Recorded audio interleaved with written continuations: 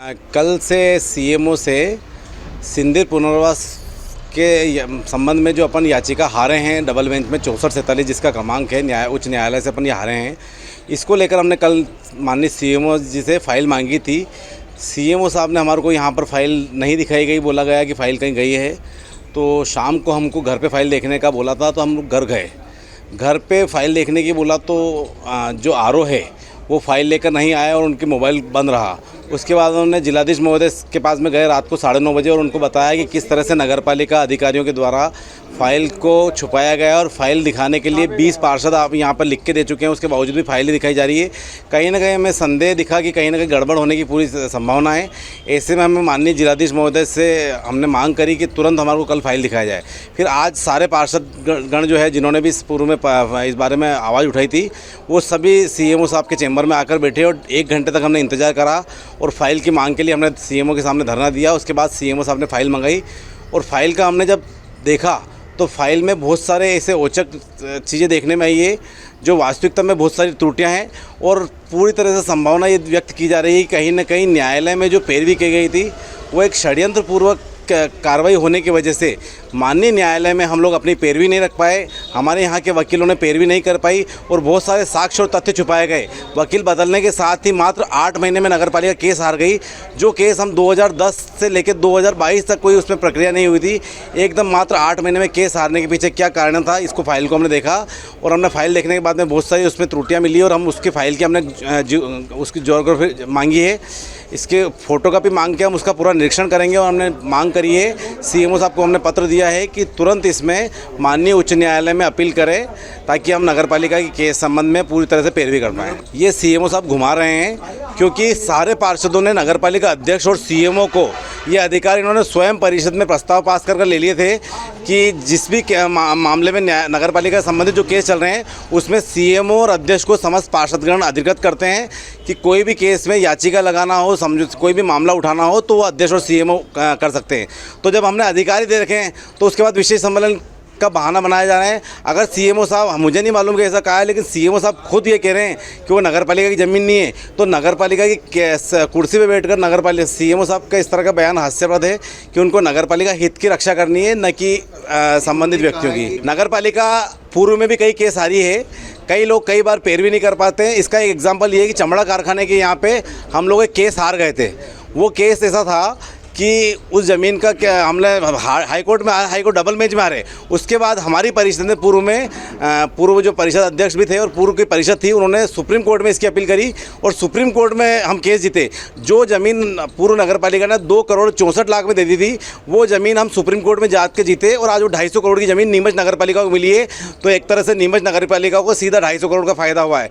ऐसे में सार्वजनिक चीज़ों की रक्षा करने के लिए परिषद और पार्षद अगर मांग कर रहे हैं तो अपने हितों को छोड़ के नगरपालिका परिषद अध्यक्ष को अपने हित छोड़कर और नगरपालिका हित की रक्षा करते हुए इसकी अपील करनी चाहिए। परिणाम क्या होगा इसकी चिंता आप ना करें। सीधे तौर पर उन्होंने बताया कि ये पहली बात सबके सामने है, पूरे शहर ने देखा कि 5 माह से केस हार गए।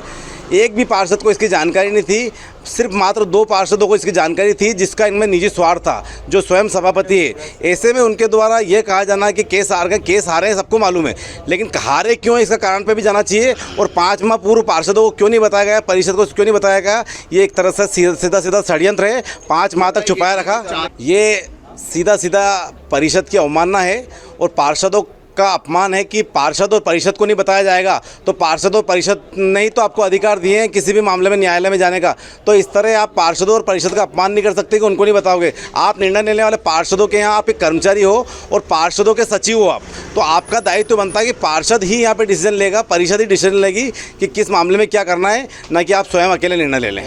हमने सीएमओ साहब से मांग करी है कि इसमें 20 पार्षदों ने लिख के दिया है कि आप इसमें उच्च न्यायालय में अपील करें, उच्चतम न्यायालय में अपील करने की मांग हमने की है।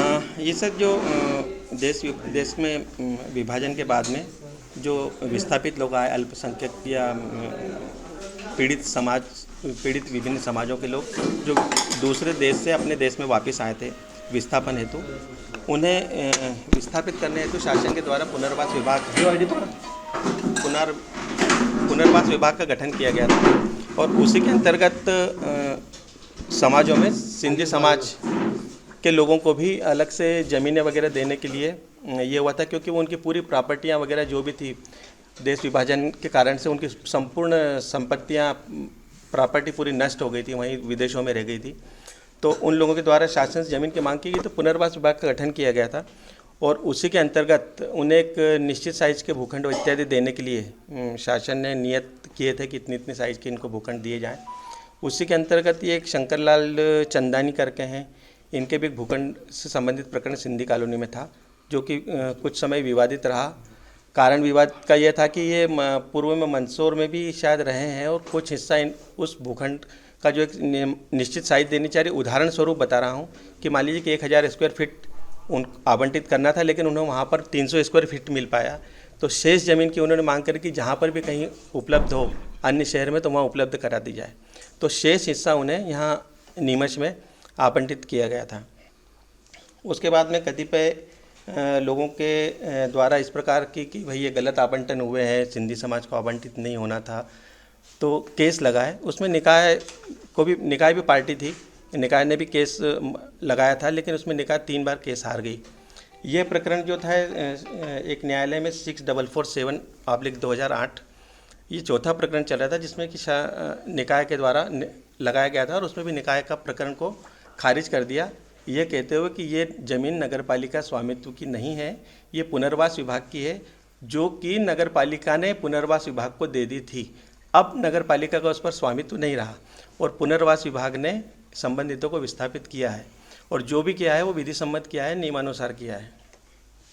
निर्णय की प्रति शासन को सीधी न्यायालय के द्वारा भेजी गई और उसके तारतम्य में शासन के द्वारा भी निकाय को पत्र जारी किया गया कि मध्य प्रदेश शासन के द्वारा विस्थापितों को पुनर्वास विभाग के माध्यम से नियमों को ध्यान में रखते हुए विधि सम्मत तरीके से भूमि का आवंटन किया गया है। संबंधितों का टैक्स यदि निकाय के द्वारा जमा नहीं करवाया जा रहा है तो वो टैक्स जमा करवाया जाए। संबंधित शंकरलाल का टैक्स ऑलरेडी यहाँ पर जमा किया जा रहा था, जो कि 2021 तक का जमा भी उस वक्त था। अभी तो शायद उन्होंने इस वर्ष का भी हो सकता है कर दिया होगा, अभी मुझे संज्ञान में नहीं है। मतलब ये चौथा है, जो चौथा भी हार गए शायद अक्टूबर 2023 में। 17 अक्टूबर है तिथि, एक सेकंड में बता रहा हूँ आपको, 17/10/23। ये था कि नीमच की याचिका को खारिज कर दिया उन्होंने। नहीं, शायद अब जो भी अगर मान लीजिए वो लगा रहे हैं कि नगर पालिका के स्वामित्व की और केस लगाया जाए, और अगर उनकी लगाने की मंशा है तो परिषद में प्रस्ताव पास कर ले वो, और अपन अगर परिषद की इच्छा है और केस लगाने की तो लगाए। मैं उसमें क्या, मैं तो इनके निर्देश आदेशों का पालन करने वाला हूँ। रहा केवल कि एक शासन से एक बार मार्गदर्शन ले लूँगा कि चूँकि शासन ने इस प्रकार के उन न्यायालय के निर्णय का पालन में ये पत्र जारी किया है, तो क्या पुनः इसके लिए अपील की जा सकती है, नहीं की जा सकती, एक मार्गदर्शन में ले लूँगा सर इनका, क्योंकि उन्होंने सीधा शासन ने मुझे आदेशित करा था इस पत्र के माध्यम से कि इनसे टैक्स जमा करवाया जाए, तो मुझे उनसे ही मार्गदर्शन वापस लेना पड़ेगा। नहीं, एक तो मैंने सामान्य शिष्टाचार के नाते मुझसे कह रहे थे कि आप हमें घर पे बुलाते नहीं हो हैं और कभी याद नहीं करते, तो मैंने कहा भाई ऑफिस टाइम के बाद में आप कभी भी आ सकते हो, आप स्वतंत्र हो आने के लिए, मैं किसी को मना थोड़ी करूँगा। और आए भी, बाकायदा बैठे, बातचीत करी, चाय वगैरह पी। उसके बाद में फाइल वगैरह की मांग कर रहे थे, लेकिन वो हमारे पास जो हमारे कर्मचारी हैं उनकी पत्नी का स्वास्थ्य खराब हो गया, तो उनका स्विच ऑफ रहा, तो हम उनको वहाँ फाइल नहीं बुलवा पाए घर पे। नहीं, ये नस्ती है, आप ये नस्ती पूरी रखी हुई है, कहाँ से चोरी हो जाएगी सर? अब रात में 10 बजे कोई घर पे फाइल तो दिखा नहीं सकता ना, ऑफिस में है, ऑफिस में दिखा सकते फाइल।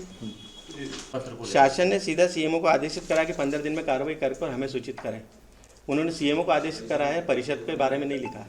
ये मेरा दायित्व था कि उनका आदेश का पालन कर मैं कार्रवाई करूँ। पुनर्वास विभाग, मध्य प्रदेश शासन पुनर्वास विभाग। जी नहीं, फाइल देखने के हिसाब से नहीं, फाइल देखने के हिसाब से नहीं, एक शिष्टाचार के नाते घर पे फाइल वाइल देखने के